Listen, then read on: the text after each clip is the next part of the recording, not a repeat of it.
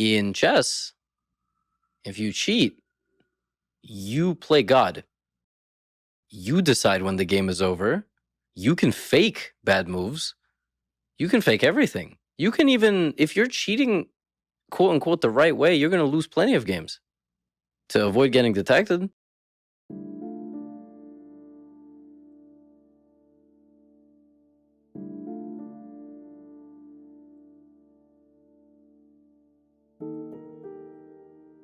September 8th, 2022.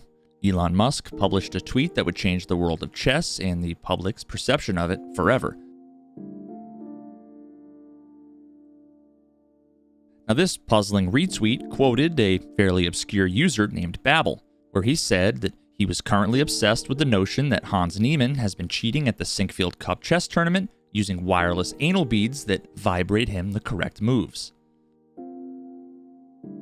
The series of events that led up to this retweet, as well as what's transpired since, is not only responsible for the game of chess receiving mainstream attention for the first time since the Queen's Gambit was released, but has also become another unfortunate example of a fascinating, nuanced story being transformed into a high-profile, misunderstood, and rumor-filled controversy. If you think you've heard this story before and have already made up your mind one way or the other, I'd be willing to bet that at least some of what you've heard or believe is wrong. Now, as is usually the case, all of the popular content covering the story to this point has been a snapshot of whatever limited information we had at the time. But of course, so much has evolved since then. We have more information, more context. Previously compelling research has since been discredited, expert analyses have been called into question, prominent opinions have changed, but all of the articles and videos out there now are only telling a small and oftentimes inaccurate part of a larger, far more interesting story. I've merely scratched the surface, learning about some of the most brilliant minds at the heart of chess, the aspects of the game itself and the culture surrounding it that you might not notice or understand unless you dig a lot deeper, the fascinating and controversial aspects of technology that have crept their way into this 2,000-year-old pastime, the misunderstandings and misconceptions about those technologies that have become a fundamental part of the game in its modern form, the incredible value and training they provide, as well as the ways in which they can and have been used illegitimately. Countless examples of the cliché juxtaposition of technology and humanity, that iconic struggle of man versus machine. Now, what I've learned as a result of playing my first ever game of chess, coincidentally only days before this controversy began, starting with a viral retweet by an eccentric billionaire about performance-enhancing anal beads, eventually culminating into a $100 million lawsuit about one of history's most timeless games, is, I feel, a story worth sharing. I hope you enjoy. It's a scandal rocking the chess world. Wow, what a result. Wow. Growing allegations that 19-year-old chess star Hans Niemann has cheated his way through the ranks. Since it's not just like the drama or something like this, this is in part an existential threat to the game in terms of how the public perceives the game. I think he's just so demoralized because he's losing to such an idiot like me, you know? It's just, it must be embarrassing for the world champion to lose to me. I feel bad for him. Computers play in a very different way from humans. And the kind of moves a computer will play, you'll look at it and you'll say, no way that works. When you start playing too many of those kind of moves, people start looking at you funny. You see a lot of people struggle to break through and then go and do, you know, stuff like commentating and podcasting, which is for the people who just don't have the mental strength to actually win chess. That's okay. It just isn't for everyone, and you know. You either admit to a crime that you didn't do, or you're banned for life. I can totally see someone admitting to it just to get a second account, but now their name is on that list forever. And if that list were to come out, now it's like, well, now they're getting banned for life for admitting to something that they didn't actually do just so that they could keep playing.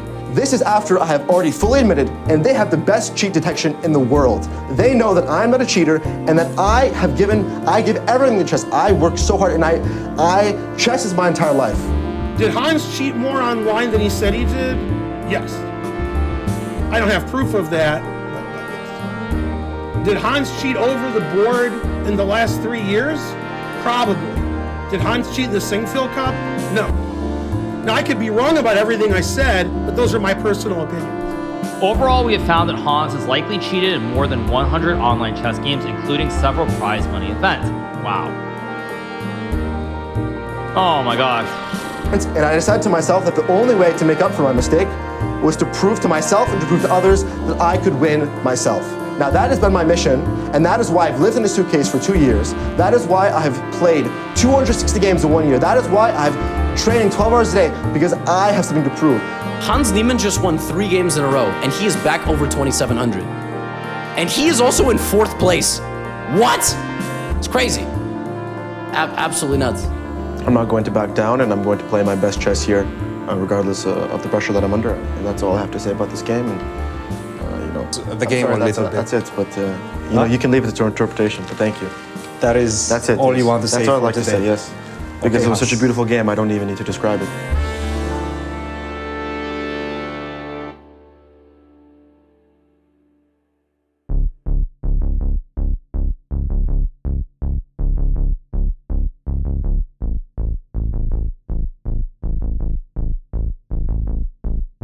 On September 4th, 2022, 2 chess grandmasters would face off at the Sinquefield Cup, an invite-only chess tournament held in honor of the founder of the St. Louis Chess Club, Rex Sinquefield. The 19-year-old Hans Niemann, who had rapidly ascended the ranks in the chess world, currently sitting as the 6th-ranked junior and 49th overall in the world, would be playing with the black pieces, putting him at a disadvantage. His opponent, playing with the white pieces, was Norway's Magnus Carlsen, a 31-year-old reigning 5-time world chess champion, 5-time world blitz champion, and 3-time world rapid champion. He's currently the #1 ranked player in the world and holds records for the highest peak chess rating of all time and the longest unbeaten streak in history, 125 games. By move 12, Black had begun to accumulate a slight advantage, and after a blunder from White on move 30, that advantage would be far too significant for White to recover from. After the 57th move, the world champion playing with the white pieces would resign the game, an incredible upset by the young Hans Niemann. 1 day later, Carlsen would tweet, "I've withdrawn from the tournament. I've always enjoyed playing in the St. Louis Chess Club and hope to be back in the future," with the inclusion of this clip. If I speak, I am in big trouble. In big trouble. And I don't want to be in big trouble.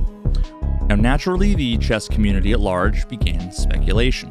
Within the first few hours, there were 2 different explanations dominating the conversation. The first is that Carlsen rage quit. For whatever reason, he played poorly, was upset or embarrassed for losing, and didn't want to continue with the tournament after that. The second and most potent theory involved speculations of foul play in one or another form from the young American Grandmaster. At the heart of this controversy are countless questions that need to be considered, with 3 being the most important. The first is, what's the deal with cheating in chess anyway? How the hell can you even cheat in the first place? How has it been done in the past? How could it theoretically be done now or in the future? And how does cheating online compare to cheating over the board in terms of methodology as well as detection? The next question is, did Hans Niemann cheat? Did he cheat in the Sinquefield Cup to beat Magnus Carlsen? What is his history related to illegitimate play? What's the case against him? What's been claimed? What's been inferred? What evidence is circumstantial? What's fact? And what is speculation? And finally, is this entire series of events that began with Carlsen dropping out of the Sinquefield Cup, the undeniable damage to Niemann and his reputation, potentially the end of a promising young chess grandmaster's career, justified? Why might have Carlsen done what he did? What history does he have with Niemann? And what effects will this controversy have over the chess world? Of course, we can't begin to answer the third without having a much better understanding of the second, and naturally we need to know much more about the first to be able to do that. Each of these questions probably deserves its own full-length documentary, but I'm going to try to take on the ambitious task of telling the full story as we know it today, providing a sober, unbiased perspective on the whole thing. Let's go on a little trip down a rabbit hole.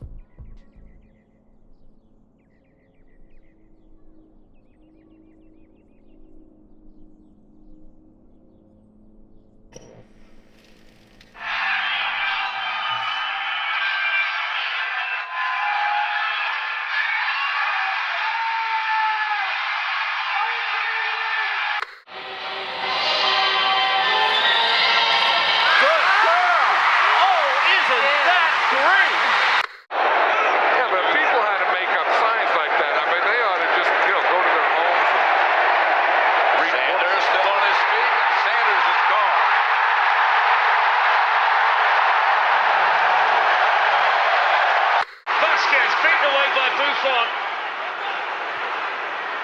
And then Ronaldo! What a goal by Cristiano Ronaldo! Sensational! Well, here it comes.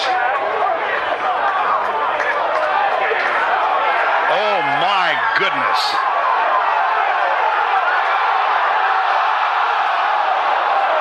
Oh, wow!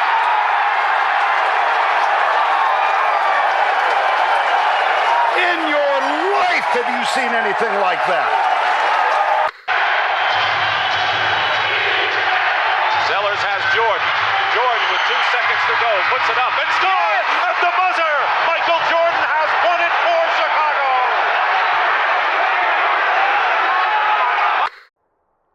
So actually, Queen 3 check, King A6 was played.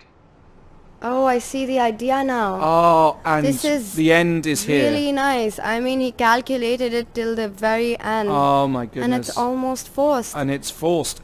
And he and did go King H6. And oh my this is God. it. And we have a new world champion. Unbelievable. Magnus Carlsen. The Norwegian camp is cheering. Is going crazy. And we have a new world champion.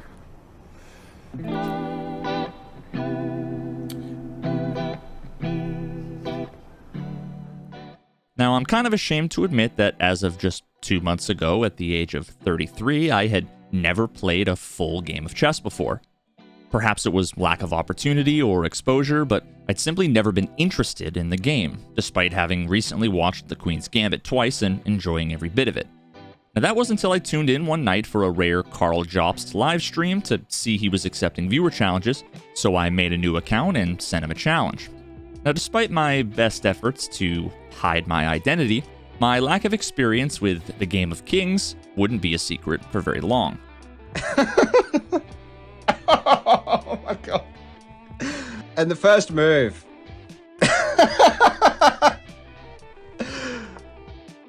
Fantastic. Oh, boy. Now, being beaten quite effortlessly and enduring a bit of friendly ribbing from my buddy Carl and his chat is the sort of thing that might turn someone off of a game like chess. But it was what I noticed a few games later that got my attention and ended up piquing my interest. I'm going to lose. This is game over. Is anyone else getting the feeling? Is anyone else just seeing what I'm seeing here? I just feel like I'm going to lose in a big way. There's nothing I can do about it. It seems like it's cheating, right? There's no way a 935's doing this. Like, why would you spend seconds on this move? You wouldn't.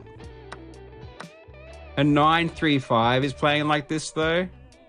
This is not 935 level. These were the first few moments when it all began to come into view.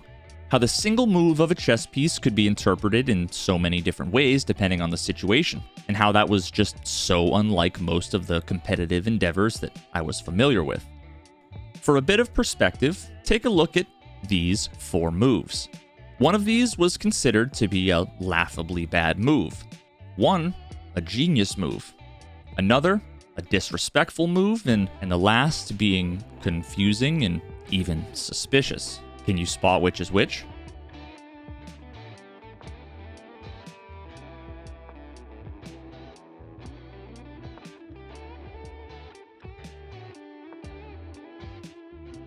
Allow these folks, who are far more knowledgeable than I, explain. You can play Queen A5 there as well. Absolutely reasonable. No.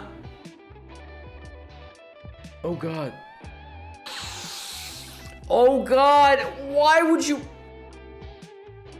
Queen G3, boom! Why is this the most amazing move of all time? It looks completely suicidal, but in actual fact, it's a stroke of genius. Black is threatening to take the pawn on H2 with checkmate. And after the queen is taken, well, let's have a look. H takes queen. What is the move? Can you see it here? Knight to E2, checkmate. Boom! Magnus played G5, and Ralph resigned. He was like, I'm not going to participate in your disrespect of the game. Like, you want to clown around? That's fine, do it without me. Which is This is, well, previously, our bishop was on b2. Now, the urgency of needing to play b4 has superseded the urgency of looking cool or making pretty moves. We have to play b4. We need to open the b file. Okay. It's a bit of an odd move, but all right. It's come to my attention that I'm getting outplayed here. I'm obviously extremely suspicious. I don't usually lose to 1400s, guys. But we will check the game to confirm. To my completely untrained eye, seeing others having so much more information from the same apparent context had me take a step back and consider for the first time in my life that people that are into chess must be operating in a world that was previously invisible to me. There was so much I couldn't see and didn't comprehend. At this point, I was hooked and had to know more. So, how can you even cheat in chess? Outside of the more mundane dinner table cheating methods, like moving around pieces when your opponent isn't looking, what's most relevant to the story is the use of something called the chess engine, and understanding a bit about how they work and what kind of information they give us can be invaluable when it comes to getting a proper understanding of the issue of cheating in the game of chess. The core functionality of a chess engine can be summarized as taking the current state of a chessboard as an input and providing as output one or more of the most optimal moves. Now that sounds simple enough, right? Can't you just look at all of the possible moves and store them in a database? That'd be convenient, although there are a few significant challenges that we run into straight away. Despite what our old friend Elon might think, chess is a lot more complicated than you might have assumed. Enter the Shannon number. Calculated by the American mathematician with the same name, the Shannon number is a conservative estimate on the lower bound of the number of possible chess games. And given that this number is roughly 40 or so orders of magnitude more than the number of atoms in the universe, taking the time to generate such a database, let alone finding the hard drive space for it, would be challenging, to say the least. So, how do they work then? Every move in a chess game is a decision, a choice that alters the state of the board and ultimately the course of the game. Chess engines take the current board state and run it through what's known as an evaluation function. You can think of the evaluation as the score for the current game, indicating which side has the advantage, a positive number for white or a negative number for black, with 0 being dead even. Some engines use a set of human-defined criteria to establish this value, such as whose turn it is, what's the value of all of the raw material on the board, the pawns and the pieces, where they're located and how they're structured relative to each other, how mobile are they, how much space do they have to move and attack, how safe is the king, these sorts of things. Now, other engines will use those sorts of heuristics to instead train neural networks to do the same. And others are left completely up to their own devices, happily playing millions of games against themselves, using deep learning to self-teach. Now, no matter how the evaluation is done, the output is generally the same, and it'll look something like this. We get that score that I mentioned earlier, the evaluation bar that's a visual representation of the proportional advantage between white and black based on that score, and we also get something like this, which is a list of lines, along with numbers that are associated scores. The number shown in the evaluation represents something called centipawns, or 1/100th of a pawn. Now, the common heuristic for the relative value of the pieces is that pawns are equal to 1, knights and bishops are equal to 3, rooks 5, and the queen is 9. Now, not every single move will result in the capture of a piece, and as I mentioned earlier, there's a bunch of different criteria to consider when coming up with that kind of score. So of course we need to have a more fine-grained measurement than a single pawn's worth, hence centipawns. Now, given a specific board state, all the engines really do is evaluate the positions of as many possible options as they are able to reasonably do in the time span that's useful for humans, usually only a few seconds, which can be millions of possibilities, 15, 20, 30, or even more layers deep, assigning a score to each one. At any given moment, if you ask the engine for the evaluation and the associated lines, all it needs to do is spit out the best future outcome from the possibilities it's examined thus far, always from the perspective of whoever's turn it currently is, and always assuming optimal play from both sides. Of course, there are limitations, compromises, and considerations. Each engine is constantly searching for better lines, and the longer that it runs, the more chances it has to find something better. Now, as time has passed, the engines have become much more optimized, the heuristics far more refined, and the neural networks have been trained on more and better data. So all of this is to say that the best move or line right now is likely not the same as the best 2 seconds from now, or 2 minutes from now, or 2 years from now. Chess engines will likely never be perfect, but when they're put up against humans, they don't need to be. machines will always beat humans in what I call closed systems.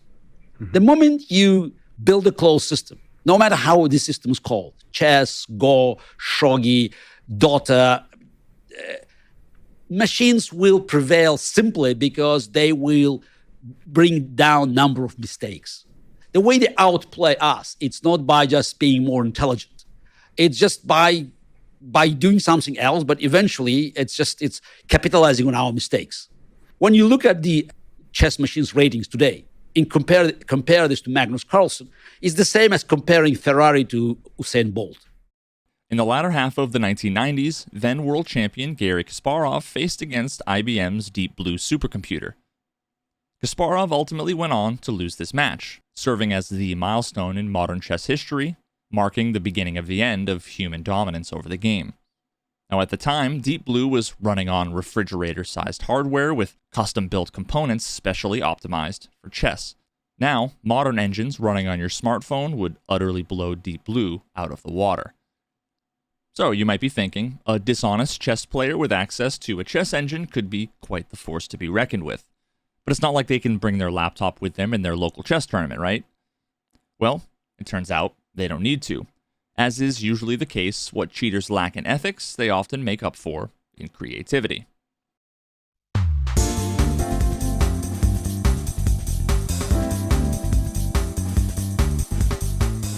In 2006, at the All India Chess Federation tournament, a 25-year-old player named Umakant Sharma, who had recently undergone an irregularly rapid rise in rating, was discovered to have had a Bluetooth earpiece sewn into his baseball hat, from which he was receiving information from an accomplice running an engine on their personal computer.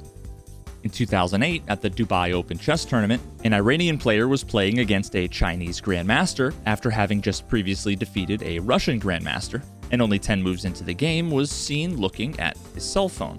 When confronted, it was found that he was receiving moves and text messages from a friend who was using an engine while watching the match as it was live streamed. In 2010, the 19-year-old French grandmaster Sébastien Feller and two of his teammates were discovered to have been working as a trio to cheat in the 39th Chess Olympiad in Russia. Now, not only was Feller already suspected of recently cheating to win previous tournaments, but witness testimony, including that of the president and vice president of the French Chess Federation, separately witnessed suspicious text messages from one of the accomplices, as well as suspicious movements from the other. One of the accomplices would be remotely watching the live-streamed games. They'd get the best moves from the engine they were using at the time, called Firebird, and would relay the moves to the second accomplice via coded text messages, who would translate the moves into another code, indicated by where he stood relative to the tables of the other matches that were happening at the time, at which point Feller was able to determine the best move to play. Now, according to the testimony of the two-time French chess champion given to the disciplinary committee that ultimately suspended the three for cheating, all of Feller's moves in the Olympiad corresponded with the Firebird engine's top move. In 2011, 23-year-old German master Christopher Netzidis was disqualified from the German Chess Championship after being suspected of cheating due to his repeated lengthy trips to the bathroom during his games. When tournament refs asked to see his phone after the match, it was discovered that he had an engine running on it with a position from his previous game. In 2013, the Bulgarian FIDE master Borislav Ivanov was banned for 4 months by the Bulgarian Chess Federation for ethics violations because of a number of accusations of suspicious activity, an abnormal rise in rating, an above-average performance against much higher-rated players, and even testimony from multiple experts. The creator of one of the more popular chess engines at the time, Houdini, claimed that Ivanov's moves and their correlation with his own engine moves was evidence enough to conclude cheating, saying, "No human being can consistently play the number 1 or number 2 choice of Houdini. Detecting this pattern exposes the cheating. No further evidence is required." Dr. Kenneth Reagan, a statistics professor at the University of Buffalo, international master, as well as a member of the FIDE anti-cheating committee, stated that after his analysis of the games played by Ivanov, he couldn't imagine the statistical evidence of cheating being any stronger. In a letter to the Association of Chess Professionals discussing the cheating allegations and his methodologies for analysis, Reagan concluded, "My model projects that for a 2300 player to achieve the high computer correspondence shown in the 9 tested games, the odds against are almost 1,000,000 to 1. One of Ivanov's opponents was Grandmaster Maxime Delugi, who had heard of potential cheating rumors and who had been suspicious of Ivanov himself based on observations of his behavior and play over the board. He noted how quickly Ivanov was playing, making moves in very difficult positions quite confidently, among other oddities that stood out to him. In an interview with ChessBase, Delugi said that him and other spectators thought that it was getting pretty serious, something had to be done. He was going to be playing him and he didn't know what to do. Before his match against Ivanov, he asked that a search be conducted, but after subjecting him to metal detecting, they found nothing out of the ordinary. Delugi had suspected that he might have had a cheating device hidden inside of his shoes, and requested that they be removed and inspected. Ivanov refused, saying, "I categorically will not take off my shoes. My socks smell." After repeatedly refusing, he was forced to forfeit the game, but was actually allowed to play the remaining matches in the tournament. Ivanov retired from chess shortly after. When discussing some of the moves that Delugi claims to have obviously been cheated, part of what tipped him off was the fact that he played extremely complicated moves quickly without much thought. He doesn't know when to put on the theatrics. You have to be strong enough to do that. If I had this gadget, I would be killing people left and right, and nobody would know. This is the real danger, because if a 2600 player has this thing, he knows exactly how to behave. He knows exactly when to think, and he doesn't need to use it more than 4 times during a game. That's plenty to destroy anyone. In 2015, there were 2 notable cheating-related events. The first occurred during the Dubai Open, involving Gayois Nigalidze, a grandmaster and 2-time Georgian national champion. After one of his opponents complained to officials that he would repeatedly get up to go to the bathroom during critical moments in the game, and always to the same stall, a search was conducted and a cell phone was found hidden behind the toilet. Now, despite denying the phone was his, it was quickly found that the phone was logged into Nigalidze's social media accounts and also happened to be running an engine analyzing his latest game. In his commentary on this incident, Nigel Short, a then top-rated English grandmaster, had a quote that was then funny but now feels oddly ominous. The basic problem is that it's incredibly easy to cheat with a phone. You can have some application running on your phone and it's quite easy to conceal. My dog could win a major tournament using one of these devices, or my grandmother. Anybody could do this. A friend of mine recently joked that his mobile phone will beat Magnus Carlsen. Later that year, the 37-year-old Italian Arcangelo Riccardi, who despite not even being in the top 50,000 in the world, was making quick work of his opponents in the International Chess Festival of Imperia tournament. One of the tournament arbiters initially became suspicious of this uncharacteristically good performance from a relatively low-rated and unknown player, and also the fact that he was behaving strangely, to say the least.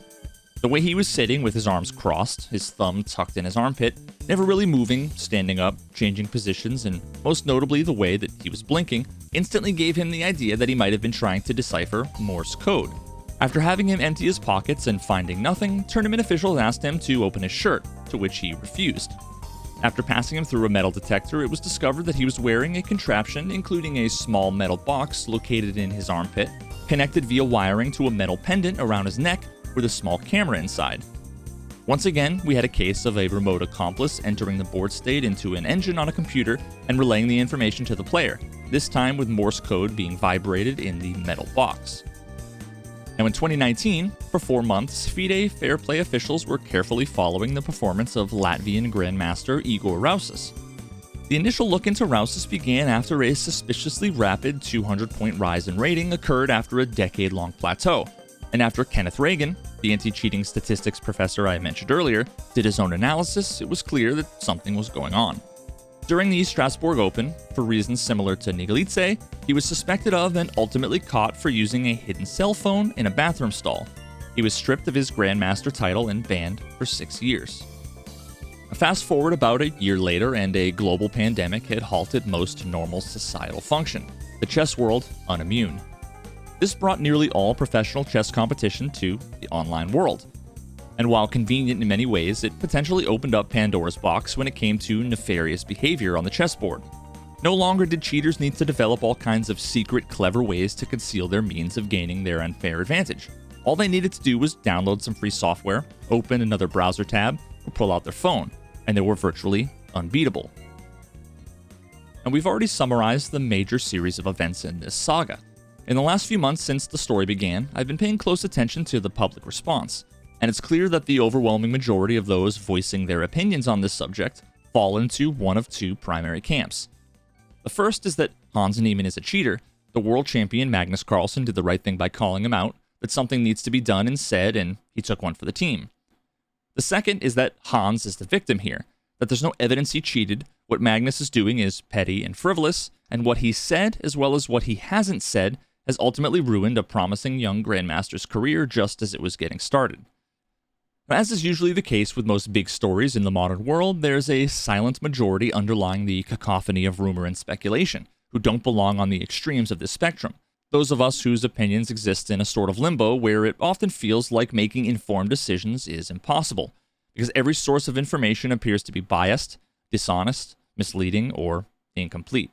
Now, personally, my problem with all of the content out there covering this topic, much of which I genuinely enjoy, is that it seems to be trying to tell this story either through the lens of a microscope or through the lens of a telescope, but neither is going to do this story justice. This story is a fascinating one, and that's just not how good stories are told. I think the basic idea of a story is going to be that you are following a character or characters. It is entirely possible to tell a story of multiple characters. You don't only have to tell one person's story. It takes a lot of work. You have to follow each main character and follow their story all the way through the narrative. But in fact, I believe any story is really about how a character trying to accomplish something runs into other people who either help or harm their intention. What they do, what action they take in the face of the obstacles, is your story. Hans Moke Niemann was born in San Francisco, California on June 20th, 2003. At age 8, he moved to the Netherlands for a period of time, and while attending the Leonardo School, this is where he learned how to play chess. At age 11, Hans would become the youngest ever winner of the Tuesday Night Marathon at the Mechanics Institute Chess Club, the oldest chess club in the United States. Soon after, he would go on to earn the title of National Master. Over the next few years, Hans would move to Connecticut, continue to compete and win in a number of youth chess tournaments around the country, and earn his first GM norm on his path to earning the Grandmaster title. It was during this period of time that he would start to garner more attention from those inside the relatively small chess world, for better or for worse. He was always a very unique character. Like, I met Hans when he was 11, 12 years old. This little kid just trash-talking folks at the Marshall Chess Club, and he already had a reputation, literally. He had a reputation with counselors, and he was like in and out of chess. This is what I remember. He was around the rating of 2,300, and I remember looking at some of his games in a tournament in Philadelphia. There was some game that he played, and he didn't know the opening. Whoa, he didn't know that? Okay, that's crazy. And I saw him in a tournament a few months later, and he did something very rare where in an open tournament, not a tournament of 10 players where everybody plays everybody, open tournament, randomized pairings depending on how many points you have, he played 9 Grandmasters, which is crazy. That means he was performing so well, so consistently, that was where he got his first IM norm. It's like, oh, here it is. Here comes that like boom of a young player where he gets mature, he gets back into the game, and he gets stronger. I don't follow a whole lot. Pandemic happens, and he starts streaming a bit, and he's boisterous, he's kind of like loud, he's talking trash, and he's gaining rating constantly. But so are a lot of people. So you don't think much of it. And then now you can go play over the board again, live tournaments, face to face, as opposed to online events. And he's like, I'm gonna go to this tournament, I'm gonna win it. I'm gonna get my last GM norm. And he does. And then he's like, all right, my goal is this rating by the end of this year. He gets it. He just demolishes absolutely everybody. And you're like, this guy's over the real. board? Over the board. But it's just this wave, and you're just hyped for the guy. Yeah. Like, this is fucking awesome. Like, we got a young American guy who shit talks every time he's on camera, and he beats everybody he plays. In 2021, at the age of 18, Hans had a bit of a bittersweet year. After graduating high school and applying to his dream school, Harvard University, he was rejected. 1 year ago, I was a Harvard reject with no potential in life. I was barely a grandmaster. I had just got rejected from my dream school, you could say. So 1 year ago, things were looking pretty bleak. In that same year, he went on to win the 2021 World Open in Philadelphia, became the U.S. Junior Chess Champion, and earned the title of Grandmaster.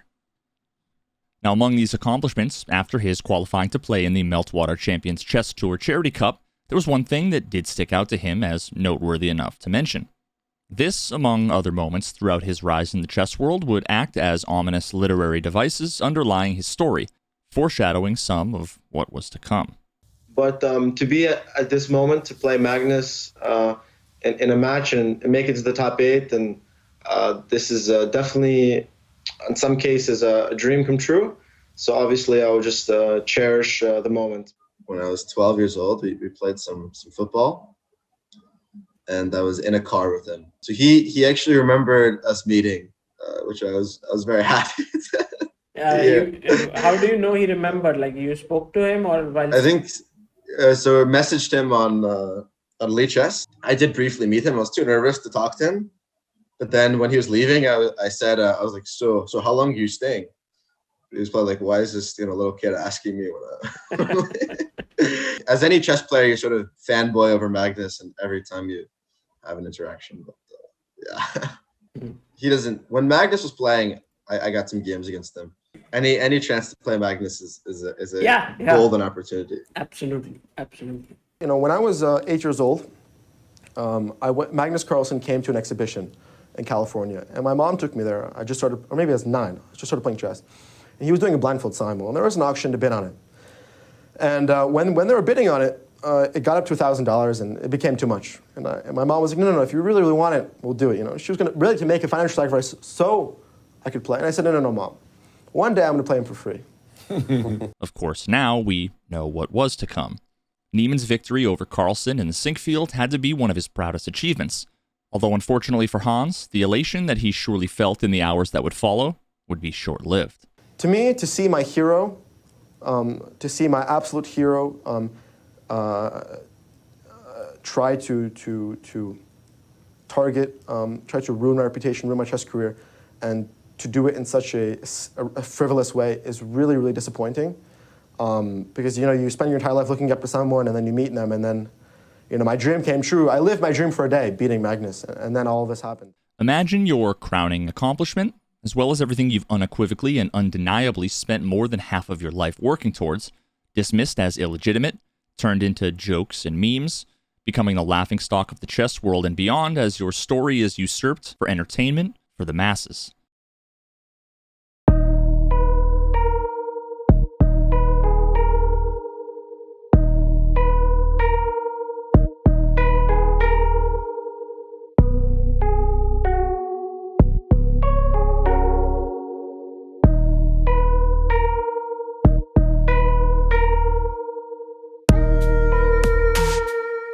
Hikaru Nakamura is a chess grandmaster that is among the candidates in many of the conversations about the greatest chess players of all time. A 5-time US chess champion and among the top 10 of the highest rated chess players of all time, Hikaru has recently shifted his focus to content creation, namely his Twitch stream where he regularly averages 5,000 to 10,000 concurrent viewers, as well as YouTube content where he has multiple channels approaching 1.5 million subscribers. Now, as you'd expect, when there's drama going down in the chess world, one of the biggest chess content creators who's constantly inundated with questions, hearing conspiracy theories, baseless claims, and accusations aimed every which way is going to make content reacting to and commenting on it all. Needless to say, he gave the people what they wanted, and this content, both on Twitch and YouTube, performed as well as you would expect.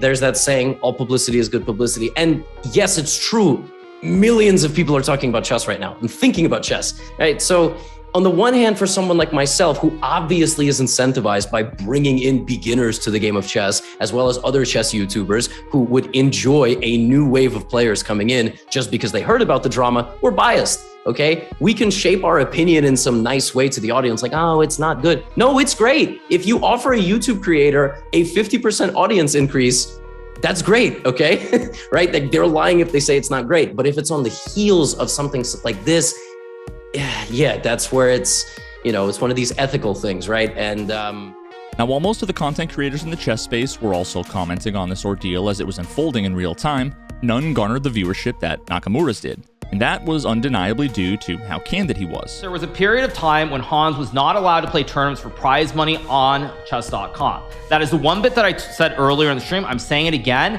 And I mean, I think you guys understand what that means. So that's what I said earlier. It's what I'm going to say again. That is like something straightforward. Okay, if Magnus never has played G3, if he's never played G3 before, then Hans is then I'm really sus. Actually, I'm like more sus than I've been before. Yeah, he's never played the G3 Nimzo ever.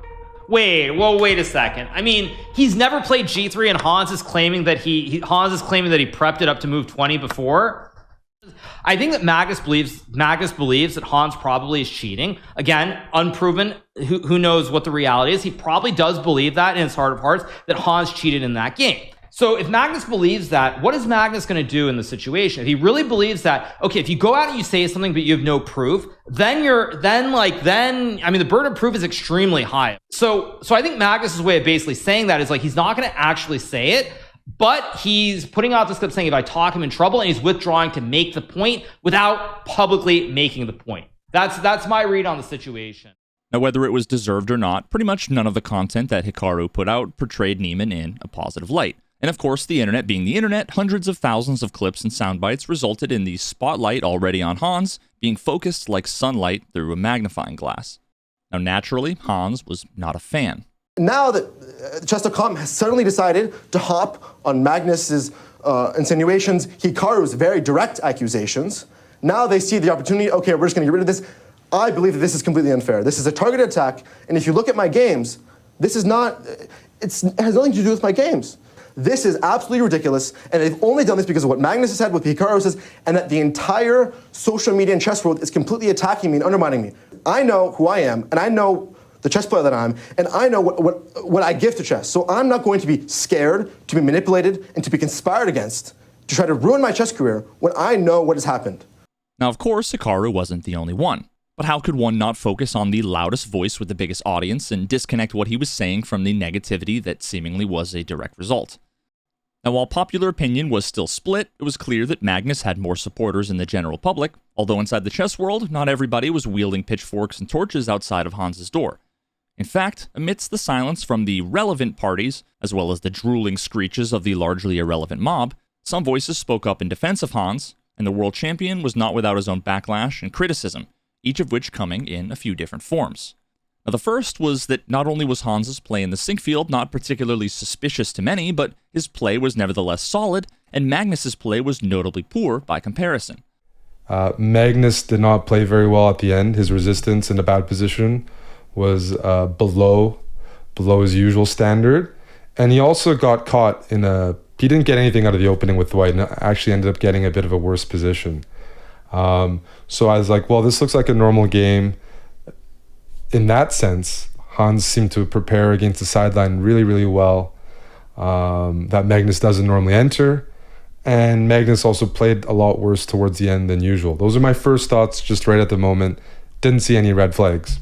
While many would point to Hans's performance before, during, and after the Sinquefield Cup and claim that it being either notably above or below average was evidence of foul play, others would more soberly acknowledge the impossibility of the situation that Hans had found himself in. I don't know if you feel the same way I do, but regardless of his results, doesn't matter if he wins, it doesn't matter if he loses, it's going to be a story, right? Because no matter what Hans Niemann's result is, people are going to use that result to spin it for the narrative of the drama and of the situation. So that creates this incredibly thorny philosophical situation, which is, okay, what if you get a situation like that where somebody is playing perfectly or playing to a certain level? You claim that that level is absolutely impossible. It's as if a street ball player would just walk onto the court and beat LeBron James in 10 one-on-one games consecutively.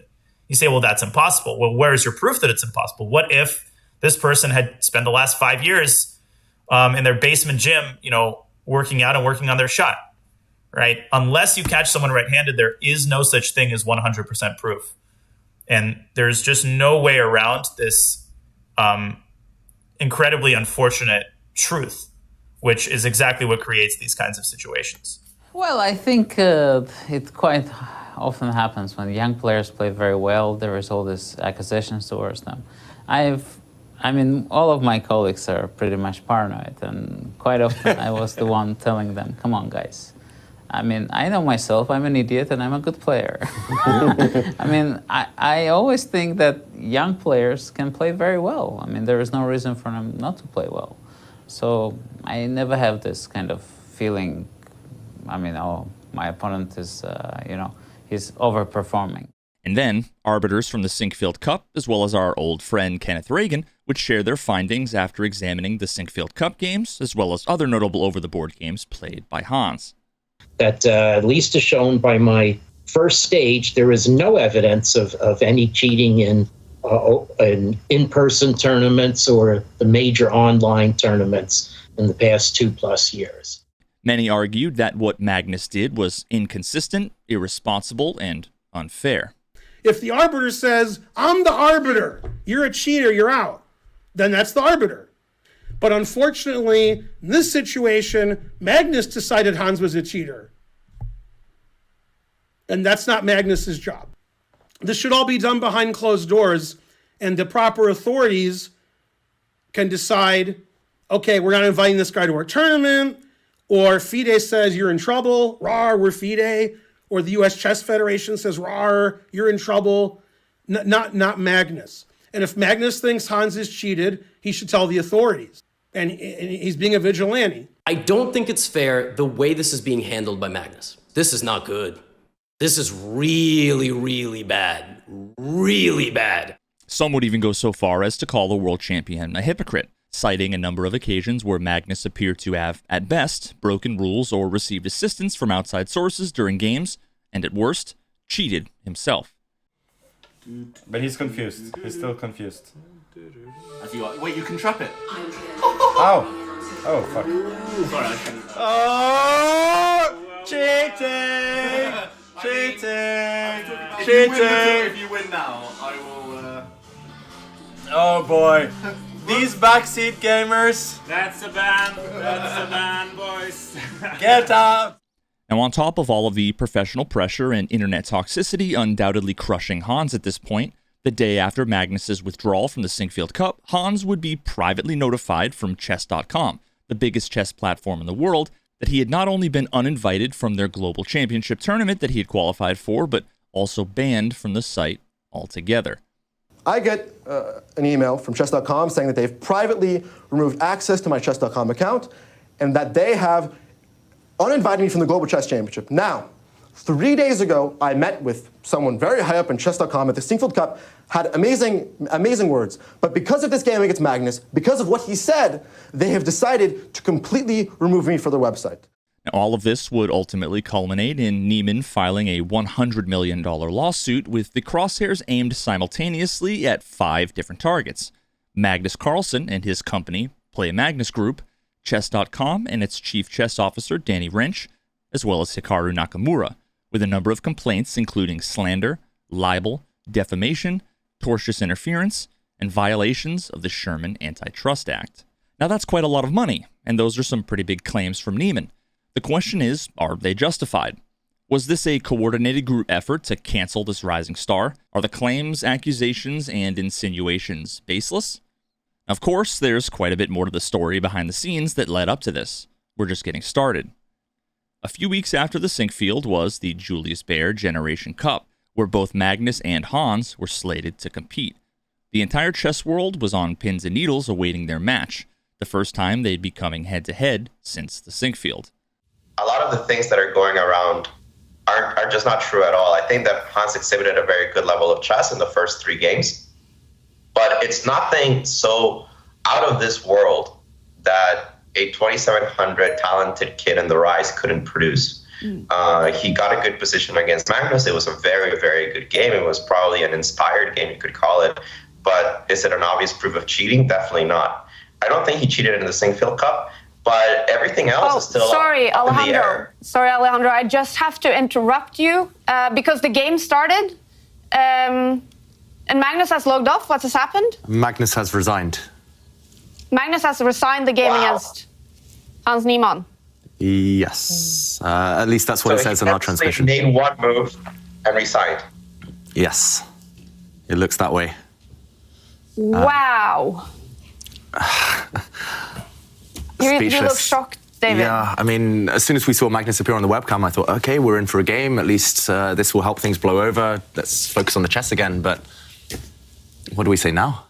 Now, interestingly enough, Magnus didn't leave this tournament. In fact, despite giving a game away to Hans, he ended up going on to win the entire thing. But shortly before that, after weeks of radio silence from the world champion, we would hear his first comments on the situation. I have to say I'm very impressed by Niemann's play, and I think his mentor Maxime Dlugy must be doing a great job. Well, that was interesting. Weeks of drama and speculation, and that is what he mentions? Maxime Dlugy, wasn't that the guy who was responsible for catching Ivanov cheating nearly a decade ago? Why bring this up? Well, this is where the story gets a lot more interesting, and we're viewing it from alternate perspectives will give you a very different read on the situation. Coming up next time.